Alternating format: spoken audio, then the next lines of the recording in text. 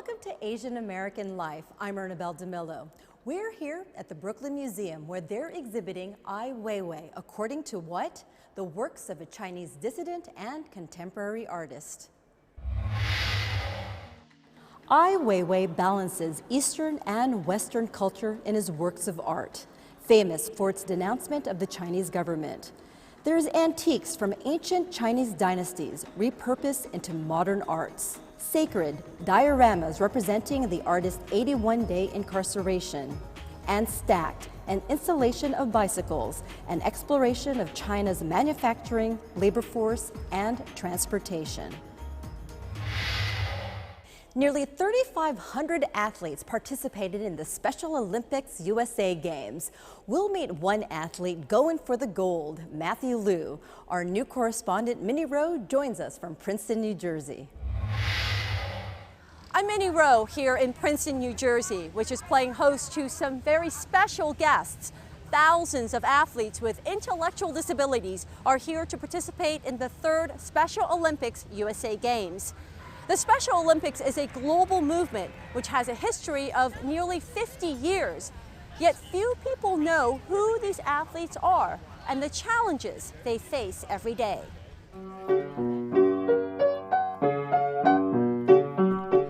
He's a pianist, an artist, an athlete. At 13 years old, Matthew Liu is one of the youngest athletes to compete in the Special Olympics USA Games that took place in Princeton, New Jersey this summer. And he's going for gold. How do you feel when you win? I feel satisfied and excited to win. Do you like to win? Yes, I like to win. He's already won several gold, silver, and bronze medals in regional competitions, but this is his first time on the national level. Getting to this point hasn't always been easy, especially for his mom, Manjing Pan. Actually, I can't find the right word in vocabulary to describe him, only say unique. Born 12 years after his older brother Wei, Manjing says Matthew was special from the day he was born. She marveled at his remarkable ability as a baby to focus for long periods of time looking at globes, keys, cracks in the sidewalk. At that time, I think, oh, Daddy, Mommy are PhD, so you might be a genius. I never think about it would be a problem. But when Matthew still wasn't speaking at 2, and began engaging in non-toddler-like behavior, such as nail biting, she realized something was wrong. Matthew was diagnosed with autistic spectrum disorder, a developmental problem. That's when the word special took on a whole other meaning. I feel kind of acceptable and was I very struggling, yeah. Manjing says her world came crashing down as new immigrants from China who prized education above all else. Both she and her husband are PhDs. They had settled in this country with the hope that their children would also follow in their scholastic footsteps. Culturally, having a child with an intellectual disability was shameful. It was hard for her to deal with the pitying stares. Her initial reaction was to hide Matthew from the world. I am very embarrassed when I took Matthew to shopping grocery store. And when I'm on the queue to wait for cashier, and Matthew just cannot be patient to wait, and then screaming or some improper behavior sounds. And I just really hard to accept that kind of looking at you. See, oh, look that mother, or look that child. My heart was broken at that time. Autistic spectrum disorder, or ASD, is an umbrella term for developmental disorders such as autism or Asperger's syndrome. ASD affects 1 out of every 68 children in the United States and occurs more frequently in boys than in girls. Those with ASD have difficulty communicating, interacting with others, and exhibit repetitive behavior or restricted interests like spending hours lining up toys or in Matthew's case, focusing on blocks or keys. In the regular activity, kids sometimes act or behave not so properly. This really makes me so hard. So many times I want to draw back and stay home. But Man Jing soon realized Matthew needed to be around people. She took him to the park, trips around the world, encouraged his artistic talents, and enrolled him in piano lessons. But it was sports that turned her son around. Body coordination has been improved. The main things, they are more confident, and they are becoming built up their self-esteem. You know, if they are confident and self-esteem, they can do anything they like later. Yeah, right? Yes. You like it? Yes, I like it. Tim Shriver is chairman of the board of the Special Olympics and the son of its founder, Eunice Kennedy Shriver. Special Olympics isn't an event, it's a movement that embraces the idea that everybody is immeasurably more beautiful than even they can imagine. A movement that grew from humble roots.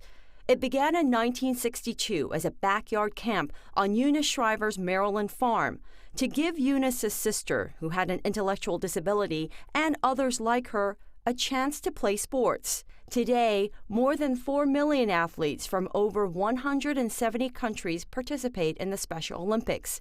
More than half of those athletes are from an Asian nation.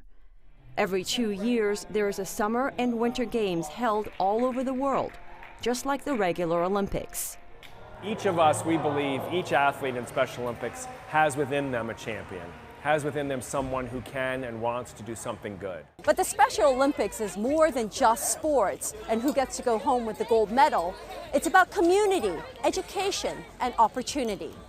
Let's put one here, yep, and bring this one down and behind you.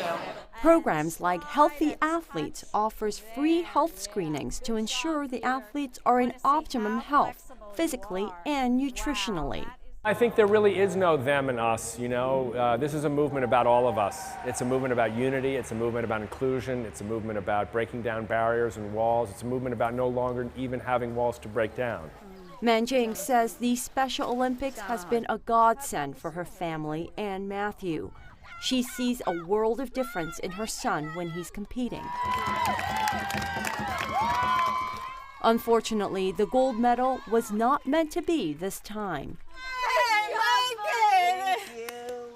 But he walks away with a bigger prize, love and support from this community, and the knowledge that his intellectual disability cannot stop him from aspiring to greater heights. Smile! Just like any other 13-year-old. What do you want to be when you grow up? I want to be an engineer when I grow up. Which kind of engineer? Medical engineer or computer engineer? Medical engineer. Wow, you like to be a medical engineer. And Matthew told me that he dreams of one day competing on the international level at the Special Olympics World Summer Games. I'm Minnie Roh for Asian American Life. Private Danny Chen committed suicide in Afghanistan, a victim of military hazing. I spoke with his family and local officials about his death and also about changes made to prevent this from happening again. Every day, Suzanne Chen and her husband pray in front of the shrine dedicated to their son Danny. It's Chinese tradition to honor a deceased family member with an altar. There is a photo, a candle, food offerings to Buddha, and their son's favorite drinks. All reminders of a life taken too soon. Every day she misses him a lot. And recently, Danny's birthday and also Mother's Day has passed by, and everybody has a child for them to say Happy Mother's Day to her, but there's nobody there to say it to her.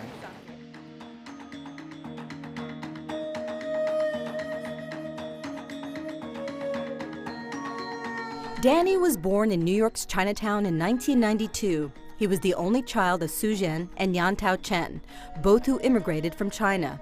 They remember Danny as a happy child who dreamt of becoming a police officer. It was the reason why he left college after just 1 year and signed up for the Army.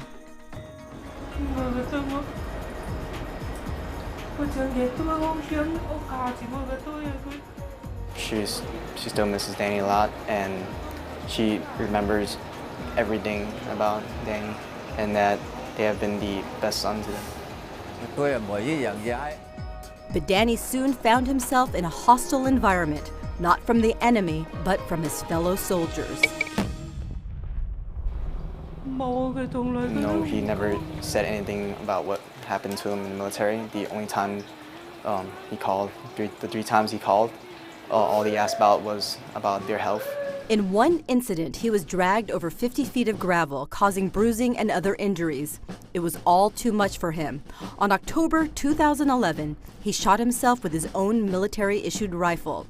His death served as a rallying point to community activists, shining a light on race-based hazing in the military. The family has been through absolute hell.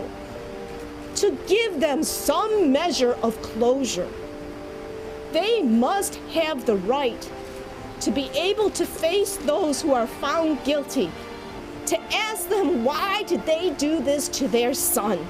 8 members of his platoon were charged with various crimes related to his death.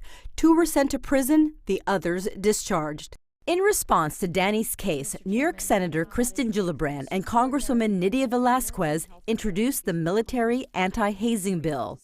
President Obama signed the bill as part of the National Defense Authorization Act of 2013. Now, almost 3 years after Danny's death, a small victory for the family. The City Council passed a resolution and in May unveiled Danny Chen Way on Elizabeth Street between Canal and Bayard, not far from where Danny grew up. City Council member Margaret Chin called the vote a vote for tolerance. And I think the struggle that he went through and what happened to him and how the community and his family together worked so hard to fight for justice for him. I think that is something that we want people to remember and to get to know Danny. Councilman Chin has been an advocate for the family since the beginning. I'm really proud that the community spoke out and the family because we knew that a lot of these incidents happened, to other families. And you hear about it, but nobody was willing to come forward to say something. So in this case, the community asked for an answer, and the family was not afraid to come forward. And I think that Danny's parents were so courageous, especially his mother, that she was willing to have her heart broke again and again. Every time she came out, whether it's press conference, rally, city council hearings and meeting, she had to go through the whole emotional, agony again. It's been a long road for the family and their supporters, including OCA New York, an Asian American advocacy group. OCA's Liz Oyang has been with the family fighting since the beginning, a vocal supporter at numerous press conferences and hearings. Danny Chen Way memorializes the community grassroots campaign for justice and the unwavering belief that all soldiers who fight for America must be treated with dignity and respect. For Danny Chen's supporters and family, it has been an emotional 3 years. The trials, the rallies, the press conferences, and the hearings. Their hope is that Danny Chen Way will be a reminder that a tragedy like this will never happen again. Up next, we'll take a look at the Micr Brew beer business. We'll meet one brewmaster who pairs Eastern and Western flavors. Paul Lin joins us from Queens. Basil and his business partner, Kevin Stafford, both longtime home brewers, quit their day jobs in 2013 to focus on beer. Now the brewery is their only commitment. Yeah, that's good. I think, we're starting out with a couple of beers, 3 beers really for distribution. We're going to have an IPA for sure, which we love, and that's really one of the first reasons or first craft beers we fell in love with. We're going to do a smoked porter and then also a Szechuan peppercorn wit beer, which we call Double Sesh. Yeah, we've definitely gone all in. I left my job back in May as a graphic designer. Basil left his job as an architect back in October. We've been working as hard as we can since June. Not only did Kevin and Basil go all in with their own money, they also made sure they had support from their community. A successful Kickstarter campaign raised over $30,000. It's exciting. You know, it's great that people are behind us, and you know, we've gotten a ton of positive feedback from neighbors and everybody who's contributed to the Kickstarter campaign. Finback is part of the great craft brewing surge, not just in New York City, but across the U.S. There was an 18% increase in the number of small independent breweries. Sales of craft beer jumped double digits.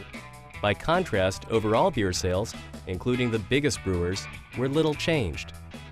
So that's the backdrop for Basil and Kevin's entrepreneurial dream. At this point, they're brewing up some European-style beers and others like the so-called double sesh with a unique flavor profile. You know, it has Szechuan peppercorns, which is very interesting, with very floral notes. It's not like black pepper at all. It's a kind of numbing spiciness and a very floral kind of sense to it, and as well as ginger, some chamomile. And the idea there is to make a really refreshing kind of summer beer. Basil's taste sensibilities trace back to his parents' Chinese restaurant in Rhode Island. His dad came from northern China, his mom from Hong Kong. My father had a much more kind of, in a way, earthy flavors, spicy flavors. When you think of northern foods, really rich flavors, you know, much more fatty and sweet foods. Versus my mom being in the south, much more kind of bold, bright flavors, seafood, spicy flavors as well, but in a different way. Beyond the palate he got from his parents, Basil gained first-hand experience when he traveled to China for business, bringing back some ingredients to try out in his beer. You can look at all this as a kind of cross-pollination of ideas that has gone on in the world of beer for centuries, and even longer. For example, this is Finback's IPA, but it owes its heritage to 18th century England. To preserve beer that was being shipped to India, brewers had to come up with something more highly hopped and higher in alcohol. It's known everywhere as India Pale Ale. From what we know from archaeologists and anthropologists, there have been fermented beverages in Asia since ancient times. But if you are talking more about what we now know of as modern beer styles, those first came to the different Asian countries with the first wave of European traders. The Dutch, by some accounts, brought beer to Japan in the 17th century, but it wasn't until the late 1800s that a Japanese brewmaster trained in Germany started the brewery that became Sapporo. India had a supply of India Pale Ale from England, but the first brewery came well later in 1855.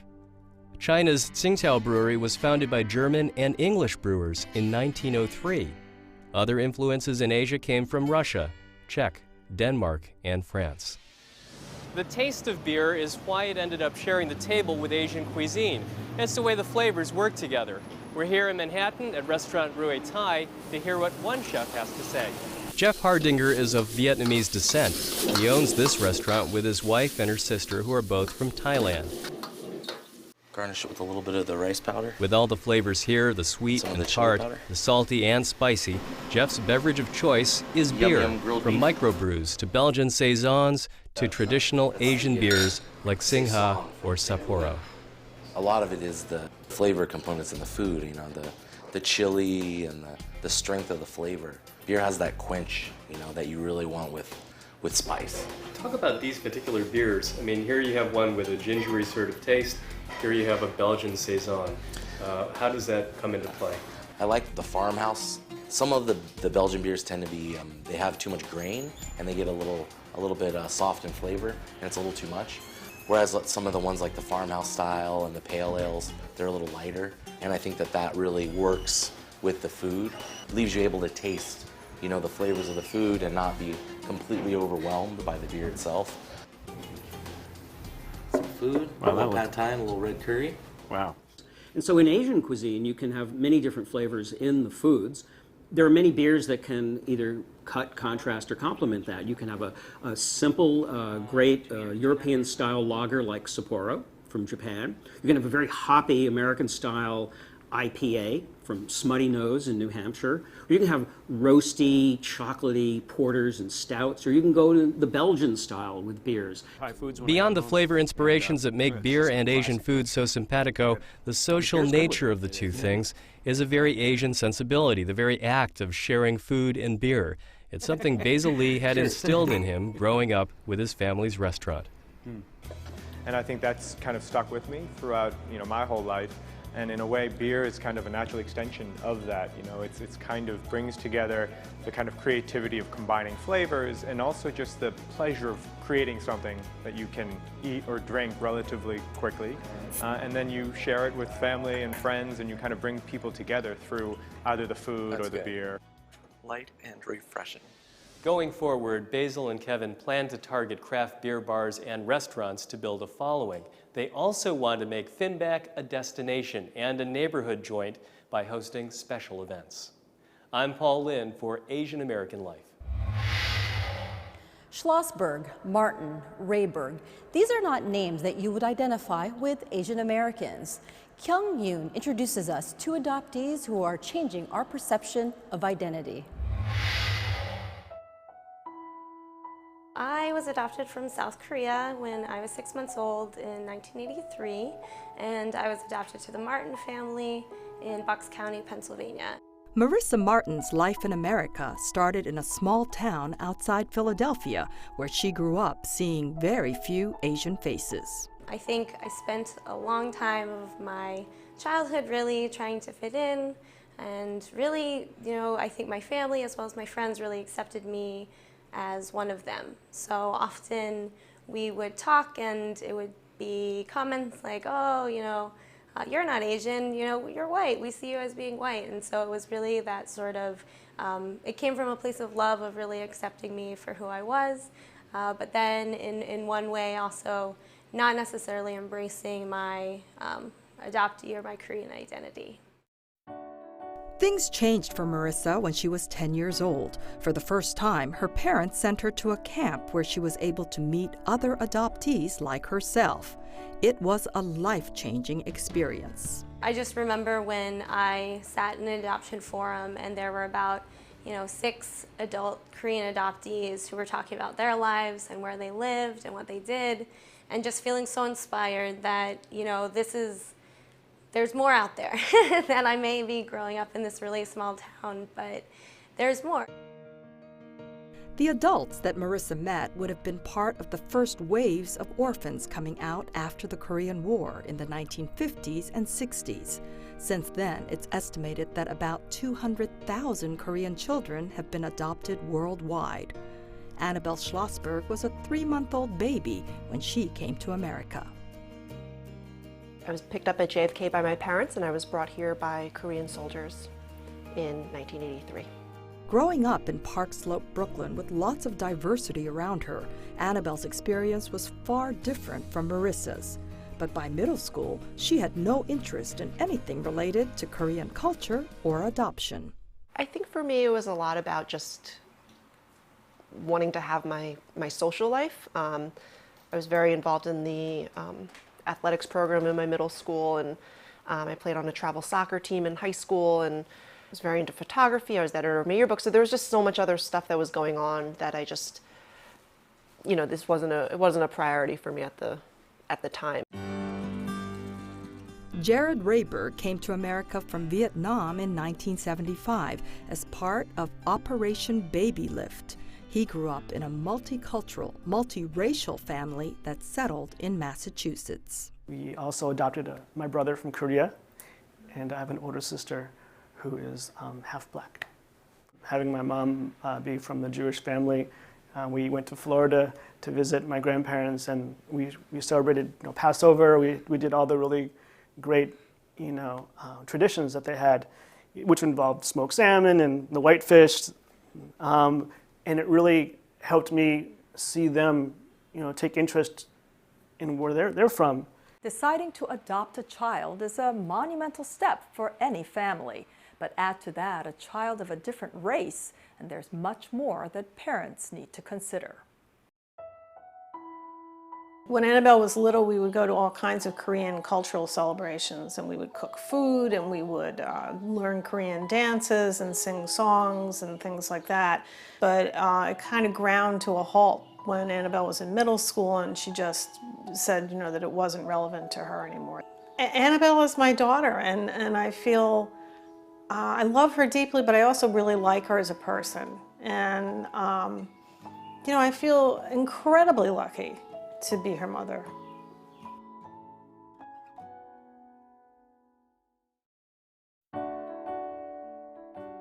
One thing that I've heard and that I also experienced was just your own internal identity and racial struggle of where you fit in. You know, for me, it was, am I Korean enough? Am I Asian enough? Will the real Koreans like me? That sort of thing. And to be able to have conversations with your family is something that is important, but it's also really difficult for a family of a different race who may not understand what it means to be a person of color or to be Asian or to be Korean, and also what comes with that.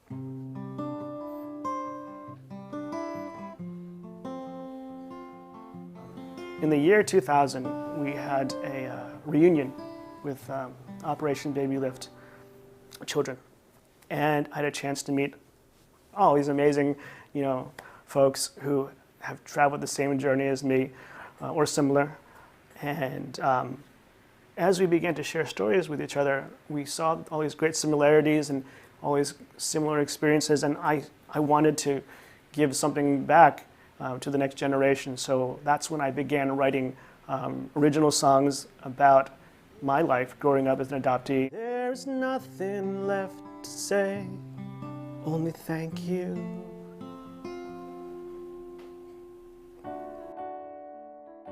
Marissa visited Korea in 2005 as part of a cultural program for adoptees organized by the Korean government.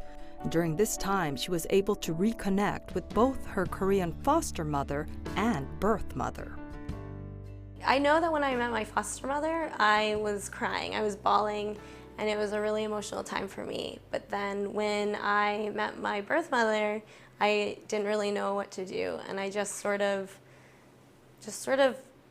sat there, and she gave me one of those really huge hard padding hugs, and you know, just really was crying and saying she was sorry, and I just really didn't have any sort of emotion. And I do remember just feeling like I missed my mom, so I missed my adoptive mom, and that was the first thing that came to my mind. Jared recently became a father to a baby girl. Every day, I look into her eyes and I see the shape of her face. It's totally mine. And I think my heart warms up to know that, you know, maybe on some level, you know, it's nice to see what my family might look like, you know, back in Vietnam. But at the same time, this is our chapter. My wife and I, this is our story now, and it's great to, my wife is going to share her stories about being raised in Chinatown in Bangkok, you know, Thailand, and I'll have my adoption story, and she'll have a lot to tell her friends. Another way to share stories and experiences has been through a local volunteer organization called Also Known As, founded in 1996 by adoptees for adoptees to mentor and support young people and their families. I got involved with Also Known As right after school. Right after I graduated from college, and it was a really good experience for me because I didn't have a lot of other Asian friends. I didn't have a lot of other friends who were adoptees even. So it was kind of an eye-opening experience for me. I've been on the board of Also Known As for 7 years. I served as president for 4. You know, it's exciting, and it's exciting to know that you're part of making sure that there's support out there for anyone who needs it. Organizations like Also Known As are giving voice, visibility, and most importantly, a sense of community to a new generation of adoptees. I'm Kyung Yoon for Asian American Life. Be sure to check out Ai Weiwei According to What here at the Brooklyn Museum.